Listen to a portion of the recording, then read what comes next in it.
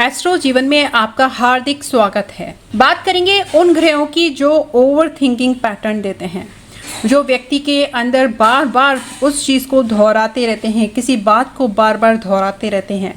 देखिए, एक over thinking pattern होता है जो साइंटिस्ट के पास होता है।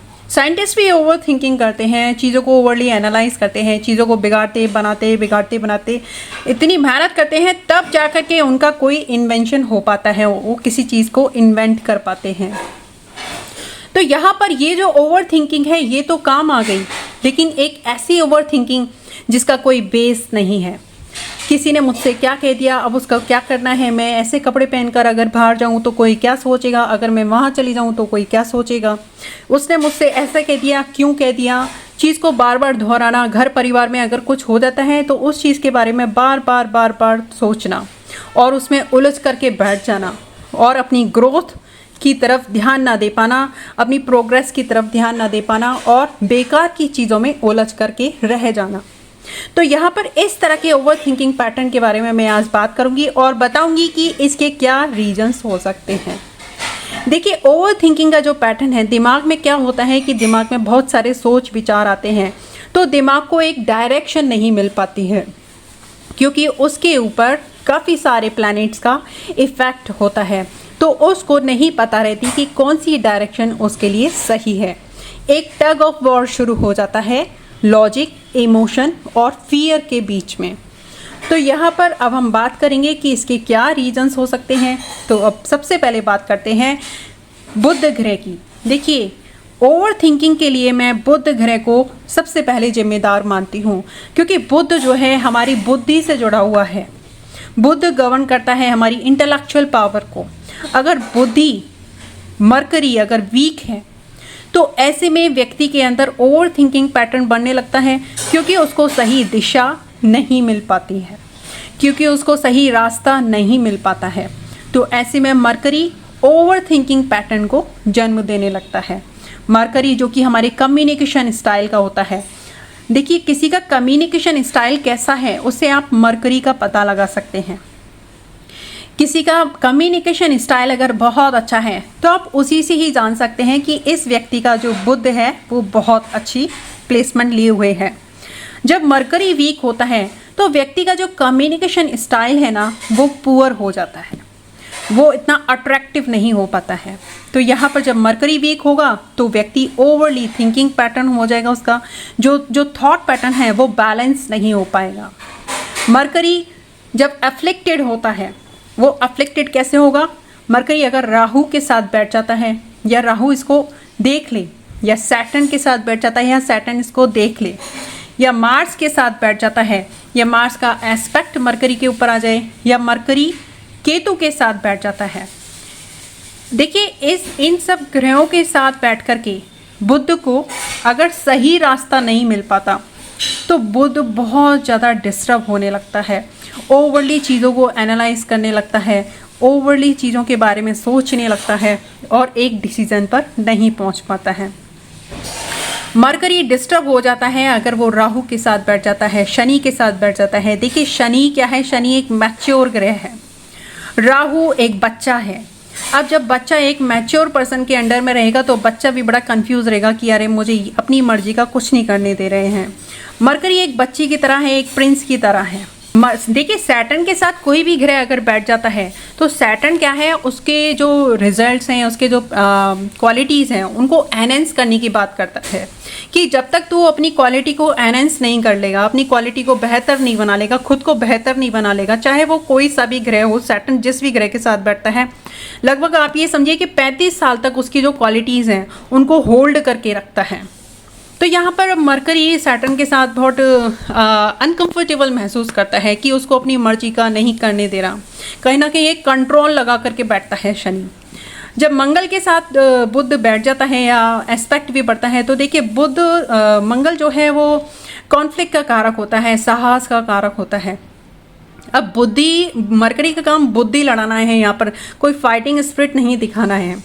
मंगल के साथ बैठ कर के बुध को जो है उसकी बोली में भी कभी कभी एक जोश देखने को मिलता है।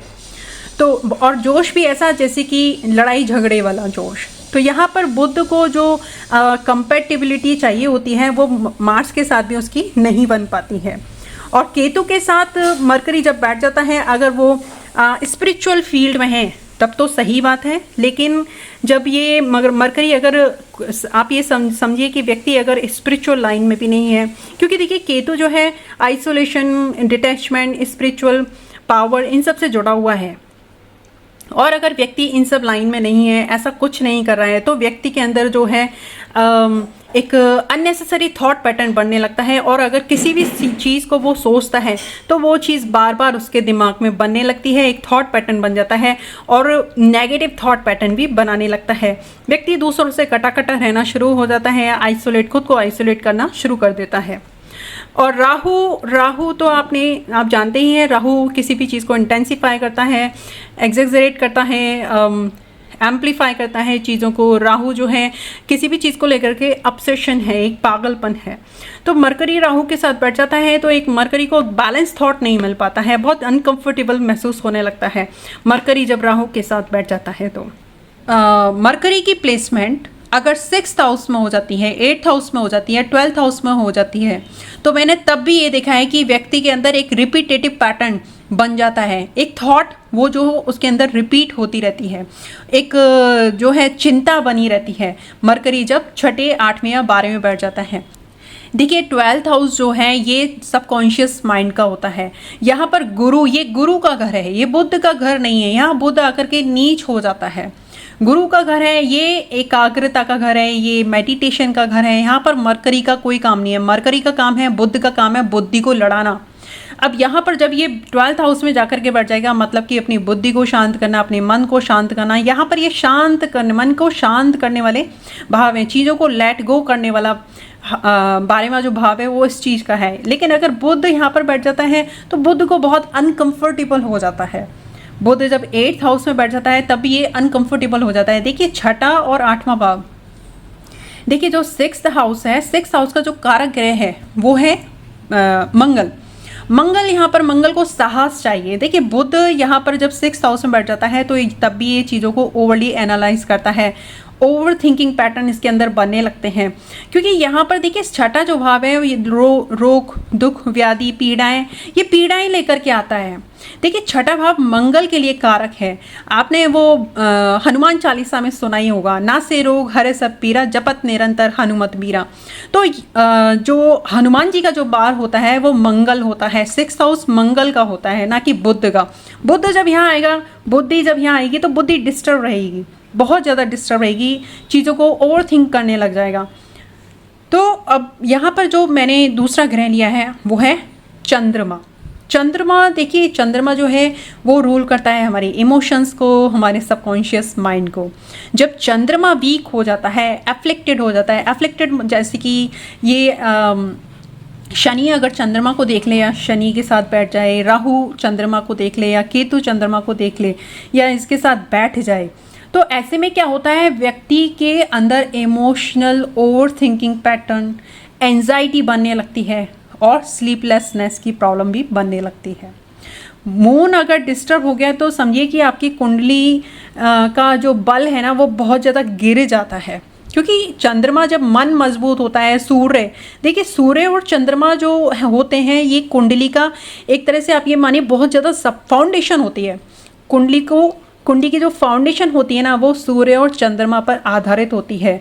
सूर्य और चंद्रमा अगर ये दोनों ग्रह अगर डिस्टर्ब हो जाते हैं तो आप ये मानिए कि कुंडली का जो 90% बल है वो गिर जाता है।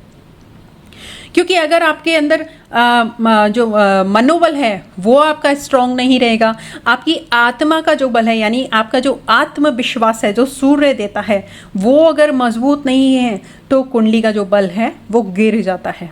तो यहाँ पर जब चंद्रमा पीड़ित हो जाता है या चंद्रमा वीक हो जाता है तो ऐसे में क्या होता है कि व्यक्ति के अंदर ओवर थिंकिंग पैटर्न बनने लगता है।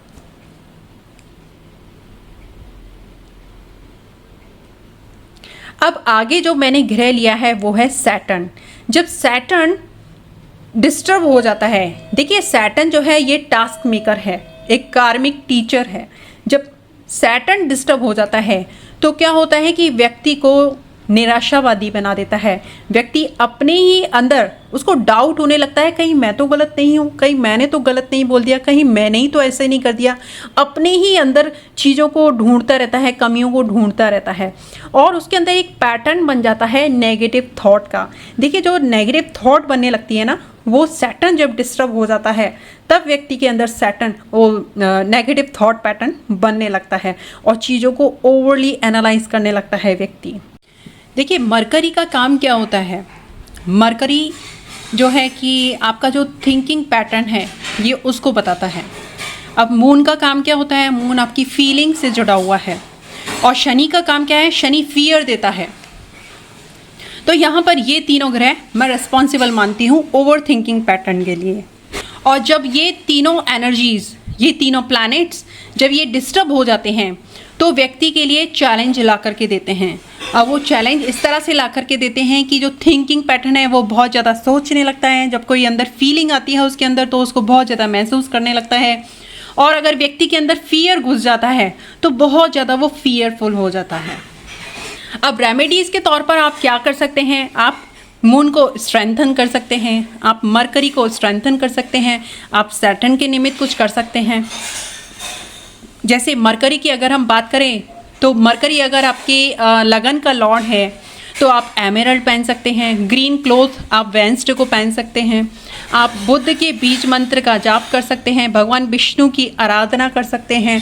इससे आपका जो मरकरी है वो बैलेंस होने लगेगा, जो ओवर थिंकिंग पैटर्न है वो घटने लगेगा। अगर चंद्रमा की बात करें तो चंद्रमा के लिए आप, अगर आपका लगन चार्ट आपको अलाउ करता है तो आप पर्ल पहन सकते हैं। आप मेडिटेशन कर सकते हैं अपनी मून को बैलेंस करने के लिए। आप एकादशी का व्रत रख सकते हैं, आप पूर्णिमा का व्रत रख सकते हैं, जो कि चंद्रमा को बल प्रदान करने में काफ़ी हद तक सहायक होते हैं। और आप ओम नमः शिवाय का जाप कर सकते हैं और बीज मंत्र, चंद्रमा का जो बीज मंत्र है आप उसका जाप कर सकते हैं चंद्रमा को बल देने के लिए। अगर शनि की बात करते हैं, शनि अगर आपका डिस्टर्ब हो रहा है बर्थ चार्ट में तो आप शनि के निमित्त सैटरडे को आप चैरिटी कर सकते हैं। आप शीशम का जो ऑयल है उसको आप उसका दिया जला सकते हैं और आप ओम शम शनिश्चराय नमः का जाप कर सकते हैं। शनि से संबंधित चीज़ों का दान कर सकते हैं। तो इस तरह से करके आप अपने ग्रह को, आप देखें अपनी कुंडली में कि कौन सा ग्रह वीक हो रहा है, किस ग्रह की वजह से आपका ओवर थिंकिंग पैटर्न बन रहा है, आप उस ग्रह को बल प्रदान करें। इससे उसकी जो एनर्जी है वो बैलेंस होने लगेगी और ओवर थिंकिंग की जो प्रॉब्लम है वो घटने लगेगी। तो ये मैंने आपको जानकारी दी कि किन कारणों से, किन प्लैनेटरी कॉम्बिनेशंस और प्लैनेट्स की वजह से व्यक्ति अपने जीवन में ओवर थिंकिंग की प्रॉब्लम को महसूस करता है। इस वीडियो को अंत तक देखने के लिए आपका बहुत बहुत धन्यवाद।